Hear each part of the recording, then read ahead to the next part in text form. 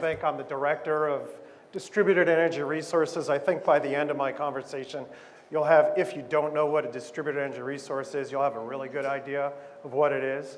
What I'm going to do is I'm going to start really high level with our energy goals from New York State's perspective, because I think it's really important. And then I'll start narrowing down on why that's going to be important to you, okay? So what I'm going to do is talk about what REV is, okay? REV is, the acronym stands for Reforming Energy Vision. And it's really, really important because if you think about our grid infrastructure right now, it's really old, it's really inefficient, and it costs a lot of money. What do I mean by a lot of money? I'm going to throw out some stats out there that are kind of mind-blowing. So with the status quo and the grid we have right now, we have what's called a capacity utilization rate at 60%. What that means is we have to overbuild our grid infrastructure by 40%. So we need power plants 40% greater than we need almost every day and hour of the year, except for a few hours out of the year. We have to pay for that 40%. That's really inefficient. That doesn't make sense. So do we still continue to maintain the status quo? Well, let's talk about it. It costs $30 billion over the next 10 years just to maintain that power grid and those power plants. $30 billion, okay? What do we do about that? Well, we have distributed energy resources, which is like solar, wind, storage, fuel cells, anaerobic digesters. It's all the renewable energy that you can place at the site, whether it's a residential home or a commercial home, and generate your own power. It's called like decentralized, right? And I'll get into that a little bit later. So it's really important that we as a state decide where and when those resources should be placed so that it makes the grid more efficient. That way we're going to invest in a much smarter grid. Think about decentralized platform just across different sectors, right? You've got the telecom industry. It went from patch bay way back when to everyone's got a phone in their pocket. That's centralized to decentralized. Think about computing. It was a mainframe computer. Now we've got tablets, laptops, and even your phones that are in every pocket. That's decentralized. Decentralized is where most businesses are going. Think Uber, think Netflix compared to Blockbuster. The problem is our grid right now is still the patch bay. And it costs a lot of money, it's inefficient, and not very effective, and lacks resiliency. So that's a little bit about, REV is about making our grid cleaner, more affordable, and more resilient, and most of all, smarter. So we also have what's called the New Green Deal. So Governor Cuomo proposed the New Green Deal. And the New Green Deal is really all a part of REV. It's all a part of making our grid more modern, more efficient, and less costly. Governor Cuomo, in his State of the State speech, said we're going to double down on a lot of things we're doing, and we're going to have the most aggressive goals in the country.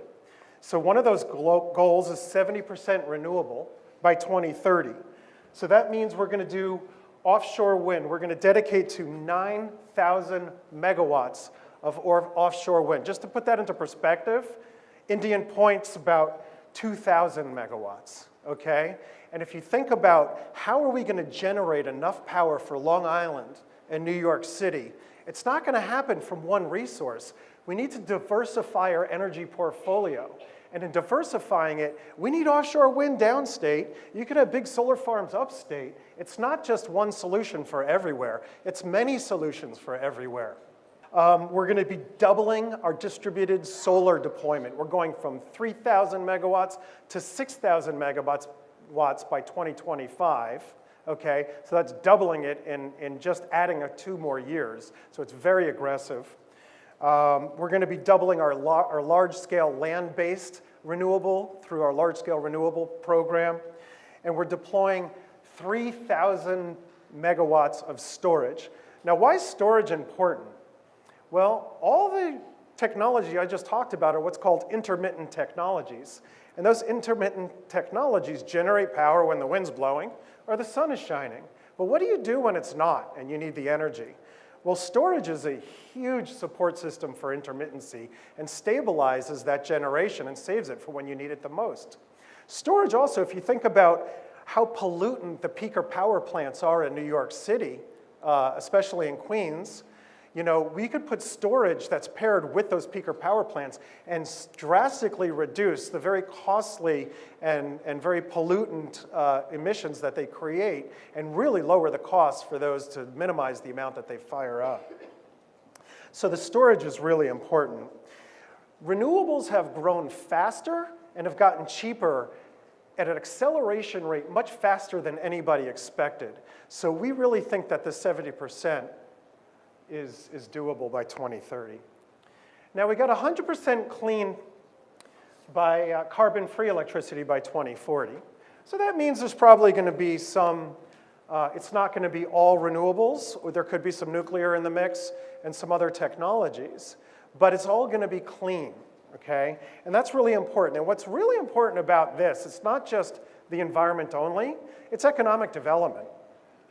We're looking about the creation of about 100,000 new jobs just from this program alone, trying to get to 100% clean energy by 2040. Think about just the clean generation. That means solar, wind, and storage and whatnot. Grid modernization, right? You can't do this with old wires and an old distribution network. That needs to be upgraded for bidirectional communication and making the grid smarter. And also there's going to be, I'm talking a lot about producing power more, but we're also putting a lot of work into reducing the amount of power that's needed through energy efficiency. And that's a really big part of this as well. So the 6,000 megawatt of distributed solar by 2025, that's really all about what we call the New York Sun program at NYSERDA, which I was formerly the director of, but I still oversee that program, so it's really near and dear to my heart. We've had a lot of success in New York State through this program, and we've completed to date over 86,000 projects in the state of New York alone. That's enough to power 208,000 homes, and it's about taking 165,000 cars off the road. So, and that's just the beginning of what we want to do. Through the New York Sun program, we've been able to employ 12,000 solar workers in the state of New York as well. And so again, it's about economic development. And what we find is every project that we incentivize, we're getting a lot of private capital investment leverage out of that. It really makes a big deal. The 3,000 megawatts of energy storage, it basically ensures we can, we can build a more flexible and resilient grid when we're getting to 100% clean energy. We feel that reaching the goal can deliver more than $3 billion in gross benefits to New Yorkers. And so what we're going to be doing, we're launching very shortly, a NYSERDA incentive program for storage, just like we do with solar. We've got about $350 million budget to do so in many different areas. And we know that that's going to bring in a lot of private capital, a lot of companies. A lot of people now are looking at New York State as the leader for renewables as well as storage. And so we think that we're going to see, when it's all said and done, a minimum of 27,000 to 28,000 jobs just around storage in New York State. Okay, so now we're going to get into more of what's in it for me, right? So we're going to talk a little bit about solar and energy storage, and I know Ronnie Mandler is going to be more specific about what's in it for you from the solar perspective. So I'm just going to talk about where we are today as a state and how it helps you as if you're a commercial owner. So basically, right now in New York State, we have what I would call a mature solar market, especially compared to storage, okay? So what do I mean by mature solar market? Well, in 2018, as I mentioned earlier, we really bucked the national trend. We had record installations in 2018. We're number 2 in the nation for distributed solar in 2018. We weren't even close to that 3-4 years ago. It was a huge difference. So while the country's coming down a little bit, we're moving up. So we must be doing something right. We've installed 206 megawatts. In 2018, that was a 27% increase over 2017, so each year keeps getting better and better. But what's most important here, right, is the average cost per watt. So how much it costs to build a solar project came down 15% in 1 year.